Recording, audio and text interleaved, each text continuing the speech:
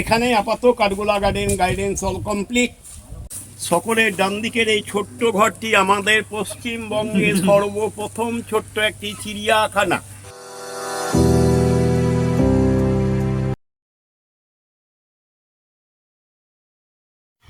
Video শুরুতেই যে চিড়িয়াখানার কথা বলা হয়েছিল, এই সেই চিড়িয়াখানা।